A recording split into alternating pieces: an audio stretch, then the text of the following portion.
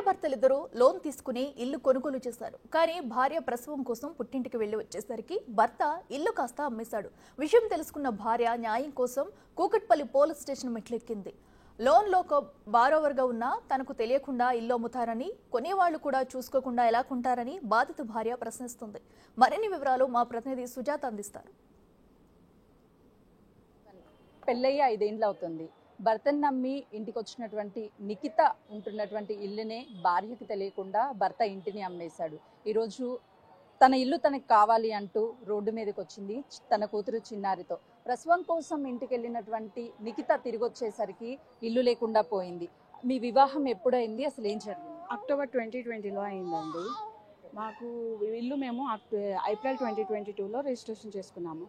అప్పుడు చేసేటప్పుడు కూడా ఇద్దరి పేరు మీదనే చేస్తామని అన్నారు. కానీ చివరికి లాస్ట్కి రిజిస్ట్రేషన్ ఆఫీస్కి పోయేసరికి ఆయన పేరు మీద చేయించుకున్నారు. నేను అది క్వశ్చన్ చేశాను. తర్వాతకి పెద్ద మనుషులు వాళ్ళు వచ్చి మాట్లాడారు. మీ హస్బెండ్కి మీకు ఏమన్నా మధ్య వివాదాలు ఉన్నాయా?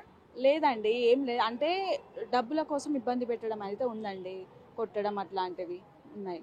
మీరు పుట్టింటికి వెళ్ళిన తర్వాత డెలివరీ కోసం ఎప్పుడు మీ హస్బెండ్తో మాట్లాడలేదా? డెలివరీ అయినప్పుడు వచ్చాడండి. మళ్ళీ 21st రోజు గొడవ పెట్టుకొని వెళ్ళారు. మళ్ళీ తర్వాతకి 9 months వరకు ఎప్పుడు కాంటాక్ట్లో లేడు. పాపకి 9 months వచ్చే వరకు. వాస్తవానికి ప్రతి తండ్రికైనా తల్లికైనా పిల్లలంటే చాలా ప్రాణం ఉంటుంది. పాపను చూస్తే మాకే చాలా క్యూట్ అనిపిస్తుంది. ఎప్పుడు పాపతో మాట్లాడాలని కానీ చూడాలని కానీ మీ హస్బెండ్ కనిపించలేదా? ఆయన ఎప్పుడు కాల్ చేయలేదండి. మీరు అప్రోచ్ అయ్యారా పాప గురించి చెప్పడం కానీ, లేకపోతే పాపను చూడడానికి రమ్మని కానీ మీరు పిలిచారా? అంటే ఇప్పుడు డెలివరీ అయినప్పటి నుంచి, నేను ప్రెగ్నెంట్ ఉన్నప్పటి నుంచి కొంచెం ఇబ్బంది పెట్టడం ఎక్కువ చేశారన్నట్టు.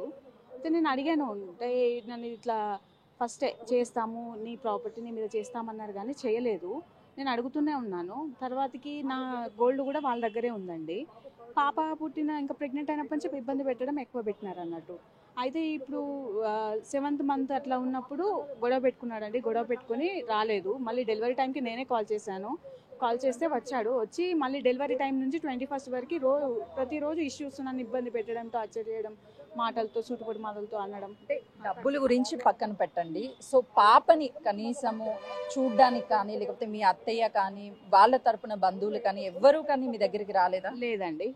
మధ్యలో మళ్ళీ 9 monthsకి అలా మధ్యలో ఒక పెద్ద మనిషి ఉండి మాట్లాడి ఏంటిది ఇట్లా ఇష్యూస్ సార్ట్ అవుట్ చేసుకోండి, మంచిగా కలిసి ఉండండి, ఆ అమ్మాయి ప్రాపర్టీతో డబ్బులతో వాళ్ళ పేరెంట్స్ ఇచ్చింది అనుకున్నాగా అమ్మాయికి ఇచ్చేయండి, అమ్మాయి చేసుకుంటుంది చూసుకుంటుంది అంతా, తను కూడా వర్కింగే కదా అని అన్నారు.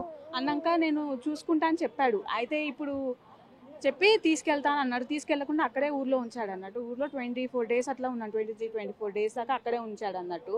మళ్ళీ హైదరాబాద్కి వెళ్దామంటే మళ్ళీ ఇష్యూ చేసి నన్ను కొడితే మా పేరెంట్స్ వచ్చి తీసుకెళ్ళారు. ఎందుకు తను మీతో గొడవ పడడం కానీ, లేకపోతే నీ బిడ్డను చూడడానికి రాకపోవడానికి కారణం ఏంటి? నేను ఈ ప్రాపర్టీ తీసుకున్నాక కూడా నేను ఇల్లు ఈఎంఐకి వాటికి ఆయనకు డబ్బులు వేస్తుండే అన్నట్టు. ఇద్దరం కలిసి లోన్లో కూడా నేనే ఉన్నాను. అయితే నన్ను ఇంకా ఇబ్బంది పెట్టడం అన్నప్పటి నుంచి నేను 1 year నుంచి ఇవ్వడం ఆపేశాను అన్నట్టు. ఎవరి పేరు మీద ఉంది, ఎవరి డబ్బుతో కొన్నారు? ఇల్లు డౌన్ పేమెంట్ పేరెంట్స్ ఇచ్చింది, మిగిలింది లోన్ అండి. ఉండడం ఆయన పేరు మీద ఉంది. అంటే ఎప్పుడు అమ్మారు? ఏదన్నా మిమ్మల్ని అప్రోచ్ అయ్యాడా? అయితే యాక్చువల్లీ ఏంటంటే 2 months బ్యాక్ మాట్లాడినప్పుడు ఇప్పుడు ఈ ఇల్లు ప్రాపర్టీ తీసుకున్నాను క్లెయిమ్ చేస్తున్న వాళ్ళే అప్పుడు పెద్ద మనుషులాగా ఈయన సైడ్ నుంచి వచ్చారు. ఆడ కూర్చొని మాట్లాడుకున్నాము, సార్ట్ అవుట్ చేసుకున్నాము అని అన్నాము. ఇప్పుడు మళ్ళీ నన్ను అక్కడ ఇబ్బంది పెట్టి పంపించాడు. పంపించినాక ఇప్పుడు నేను ఆయన రావట్లేదని నేను వచ్చాను, నా ఇంటికి నేను వచ్చాను. వచ్చాక ఇప్పుడు నేను తీసుకున్నా అంటున్నాడు. అంటే మీకు ఆల్రెడీ తెలుసు అక్కడ ఇష్యూ అవుతుంది అది అని, మీరు ఎలా నాకు కన్సర్న్ లేకుండా, ఎందుకంటే లోన్లో నేను ఉన్నాను, ఇంట్లో ఉన్న డౌన్ పేమెంట్ నాదే, నా కన్సర్న్ లేకుండా మీరు ఎలా ఇల్లు తీసుకుంటారు? ఏమంటున్నారు వాళ్ళని అడిగినప్పుడు? వాళ్ళు ఇంకా రాలేదండి. వాళ్ళు డాక్యుమెంట్స్ చూపించమంటే ఇప్పటివరకు డాక్యుమెంట్స్ లేదు, ఆ పర్సన్ లేడు, అమ్మిన పర్సన్ లేడు, కొన్న పర్సన్ లేడు. మేము పోలీస్ స్టేషన్లో న్యాయం జరుగుతుందని ఇక్కడికి వచ్చాము. మీ హస్బెండ్కి కాల్ చేశారా ఇంట్లో ఎవరున్నారు ఏంటని చెప్పడానికి? నేను ఇప్పుడు సార్తో కాల్ చేయించానండి, ఇప్పుడు వస్తాను అని అన్నాడు. అంటే ఫైనల్గా నిజంగా ఇల్లు అనేది ప్రతి ఒక్కరి కళ. ప్రతి పుట్టింటి వాళ్ళు కూడా నా బిడ్డ హ్యాపీగా ఉండాలి, ఒక సొంత ఇల్లు ఉండాలి అని చెప్పేసి కట్నం రూపంలోనో లేకపోతే ఇల్లు రూపంలోనో ఇస్తూ ఉంటారు. అలాంటిది ఈరోజు మీకు ఎంతో ఇష్టంగా ఇచ్చినటువంటి ఇల్లు లేకుండా పోయింది, ఏం చెప్తారు? నాకు న్యాయం జరగాలండి. నా పేరెంట్స్ నాకంటూ ఇచ్చిందంతా వాళ్ళ దగ్గరే ఉంది. నాది నాకు కావాలండి. అంటే నేను మాది అనుకున్నాను, కానీ అక్కడ అది లేదు. నన్ను కొట్టడం, ఇంకా అదనపు డబ్బుల కోసం హెరాస్ చేయడం, నాకు తెలియకుండా ప్రాపర్టీ అసలు అమ్మే రైటే లేదు. అది ఆ అబ్బాయికి తెలియదు అన్నట్టు కాదు, మధ్యలో ఉన్న అబ్బాయికి కూడా తెలుసు. నువ్వు ఆయన తరపు నుంచి వచ్చి నీకు అంతా తెలిసి కూడా నువ్వు నా కన్సల్ట్ లేకుండా ఎలా ప్రాపర్టీ కొంటారు? ఇప్పుడు వైఫ్ హస్బెండ్ ఇద్దరు ఉంటే వైఫ్ని కూడా అడగాలి కదా. నా కన్సల్ట్ లేకుండా ప్రాపర్టీ అమ్మేసుకున్నారండి. చూస్తున్నాం కదా, బాధిత మహిళ ఆ ఇంట్లో ఎన్నో జ్ఞాపకాలు ఉన్నాయి. పెళ్ళైన తర్వాత అదే ఇంట్లో ఉన్నాము, ప్రెగ్నెన్సీ వచ్చాక పుట్టింటికి వెళ్ళిపోయాము అని చెప్తుంది. ఆ తర్వాత చిన్న చిన్న మనస్పర్ధలు వచ్చాయి. అప్పుడు నాకు తెలియకుండానే మా హస్బెండ్ ఇంటిని అమ్మేశాడు అని చెప్పేసి ఈరోజు నేను వస్తే తెలిసింది. కానీ అమ్మాడా లేదా అనే విషయం కూడా ఇంకా క్లారిటీ లేదు. కానీ అదే ఇంట్లో మళ్ళీ సంతోషంగా నా బిడ్డతో నా భర్తతో కలిసి ఉండాలని నేను కోరుకుంటున్నాను.